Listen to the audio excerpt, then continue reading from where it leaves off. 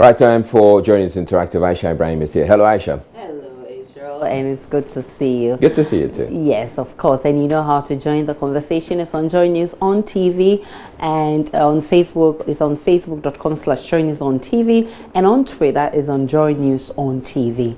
Now, as the opposition NDC casts its net wide in search for a candidate to lead the party in 2020, the name of former Vice President Mr. Arthur is among those that have popped up for that position. The man himself says he does not believe he is yet prepared for the job, but is not closing his mind to any such opportunity. Question: if the former VP decides today to contest the presidential race, what advice will you give to him? For me, I would say that for every venture you would want to go into, you need to do a retrospective study of that. So at the end of the day, he needs to sit down and then look into the past, see where he may have made mistakes. A number of people are in the party chastising him here and there that you didn't really do this right. We believe that you could have sold the party better outside, but then you really let us down. So if he believes that this is an area or an aspect that I can really work on and then improve and then come forward and really sell out my party, in addition to the image that I have, then if he believes that is the right calling, why not? Because he has gained a little bit of experience about the workload. So if he thinks he's capable of it, he can do it. But if he thinks he can't do it, he should leave it for someone capable. Prepare. It's a very sensitive position to represent the whole party, so he just has to prepare. I think that's the most important thing. He has to take a good look at himself, look at the party or brand he's trying to represent, and see how he can work with them.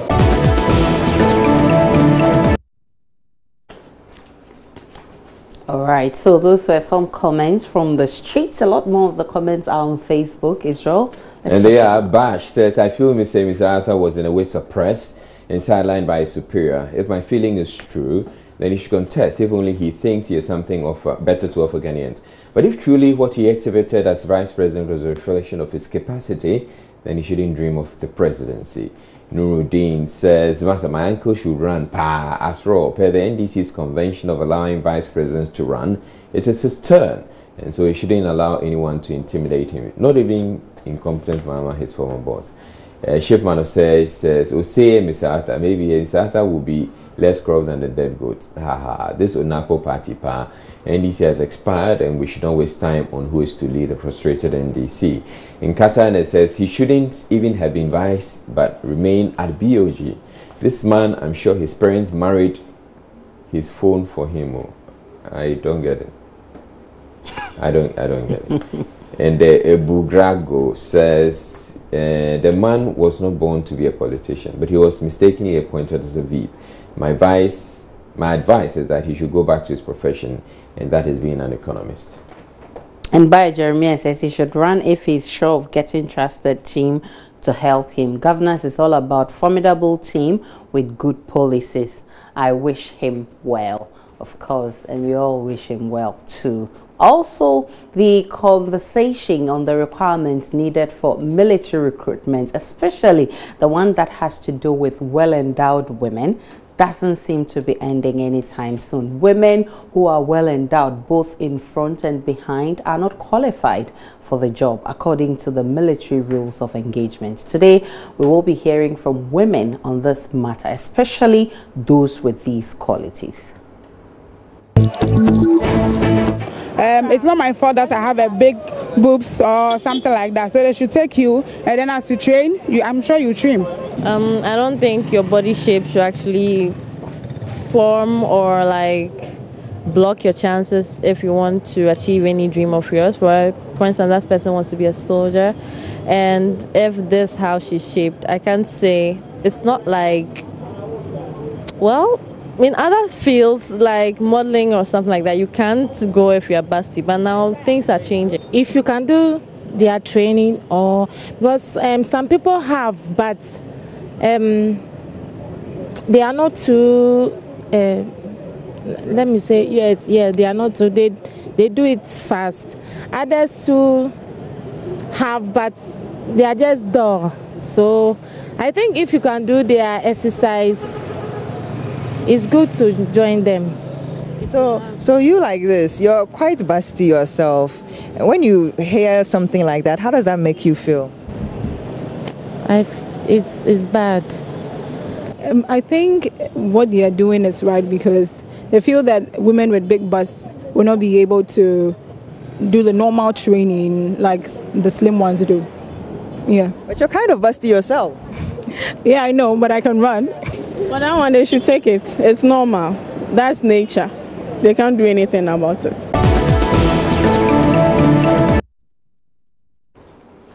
And all of you who think disqualified, you may want to come again because Aisha, I haven't said anything. When I go there, are you suggesting that you could be disqualified? No, I'll be going there as the rank will be higher, so nobody can disqualify. You still need to recruit it. No. I'll go from up, not from down. All right, let's check what's on Facebook. By Jeremiah says, good regulation. They're trained to fight and nothing else. And serious attention should be given to body fitness and ability to withstand all kinds of conditions on the battleground. But I can see your name being mentioned somewhere at the top there. Example is Aisha Tundra. Okay, Bash says, different people have different ways of taking control of their body. If ladies with big boobs and buttocks think they can control it, why not? The training grounds will determine whether they can stay or go home. Anything else will be discriminatory. T says maybe they haven't been performing the standards of the military to the standards of the military because of the extra load, so they can no longer be recruited. They don't recruit short people too. And Berima Kwabaji from Jinjin says, I agree with the explanation given for such a selection criteria. You clearly don't expect Aisha to run faster than Jennifer. Or to be smarter than Emilia Brobe. It's clear and obvious. Okay, Berima, you may want to try. Why don't you give it a try? And Sogbe David says, do we as a nation want a solid army made up of smart men and women, or we want to play politics with this one too? What we must understand is military rules usually do not make sense to civilians. We must allow them to pick only those they think can do the job. And Bawa Musa says the military is a disciplined profession. To be there, one must not only be disciplined in thought but also in action. And there's more. David, if you allow me, I'll read the rest. Ladies with bigger boobs and back defenders sometimes throw them anyhow. Okay, so, and Awal Kasimidri says, I think that is a good move for them because being in the military involves a lot of running and jumping, and a woman who is busty and has a large backside can't do all these exercises very well. It's your mind. Day. And finally, the conversation started with a post from photographer Yaopari, who shares an experience he had during a program when he was insistently asked what his English name was. Then friends of his shared their experience of struggling to register their children, typically of Ghanaian names, at birth registration centers. Take a look at this post. From a classmate, Richard Ejepong, from a recent post made concerning some fella seeking my English name. And now this one is not true. I know this one is not true. I hope this one is not true.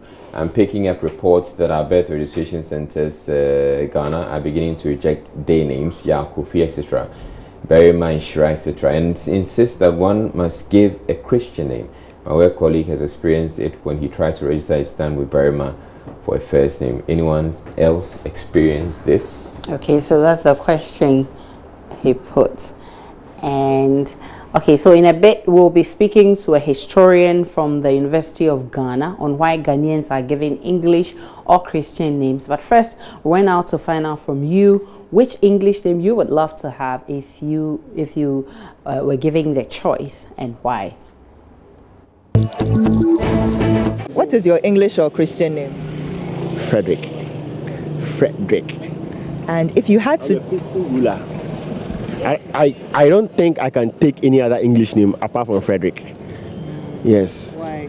Because the meaning to my name, I'm living it. I'm Andrews. Yeah.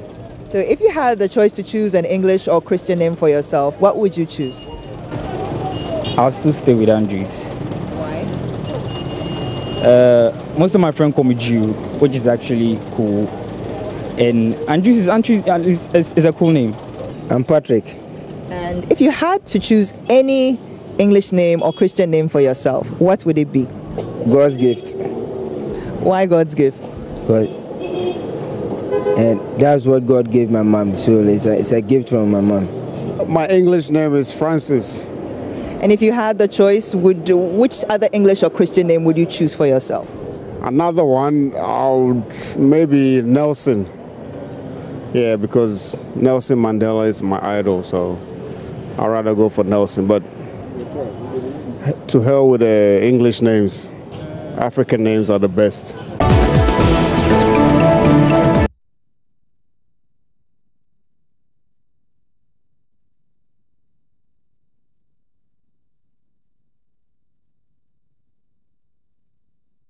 All right, so let's go back to a historian from the University of Ghana, Professor Edujemfi, to school us on what all this, to give us a background of all of that.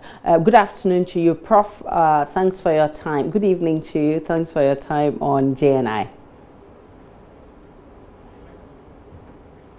Okay, I think we've lost the professor on the phone. He will join us back to give us a historical background to English and Christian names. But let's check what's on Facebook. All right, I'm told Professor Edujemfi is back on the line. Prof, many thanks for your time. What's the historical background to this English or Christian names?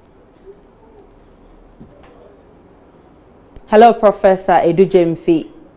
All right, so I'm told the line has dropped again. We'll try and get him back. Okay, obviously we're having challenges with that line. Hopefully we can get him so he can give us, try and get us to appreciate where all this is coming from. But Adora Mystical says, I don't know the history behind it, but I think we just don't like our own cultures, period. This issue is applicable to with the Muslims too. We just like giving these Arabic names.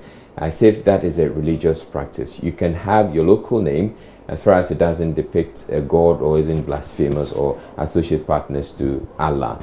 And Bawa Musa says most men usually fancy local names than their female colleagues. Local names help to identify one's true identity, which I believe is the ideal way to go. Why don't the English and other non-African countries use our names? Let's respect ourselves as Ghanaians. Kofi says, for me, about 90% of the people who don't know me don't even know my first name. You ask me, I tell you I'm Kofi Sam, because born on Friday and Sam as my last name.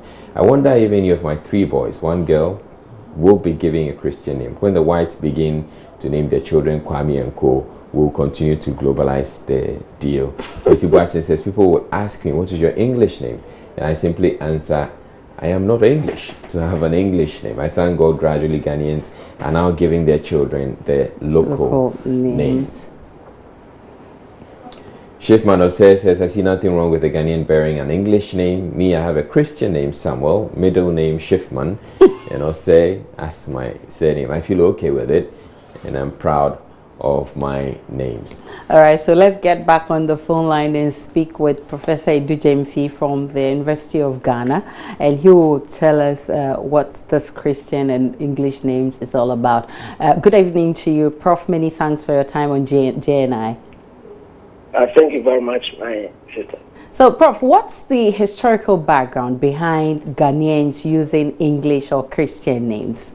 Well, quick correction. I would love if you referred to me as Dr. Edujemfi. Right. Dr. Edujemfi. Right. Okay. Many thanks for the correction. Right. Yes, back to your question. Essentially, if you look at our history, Christianity came with colonization.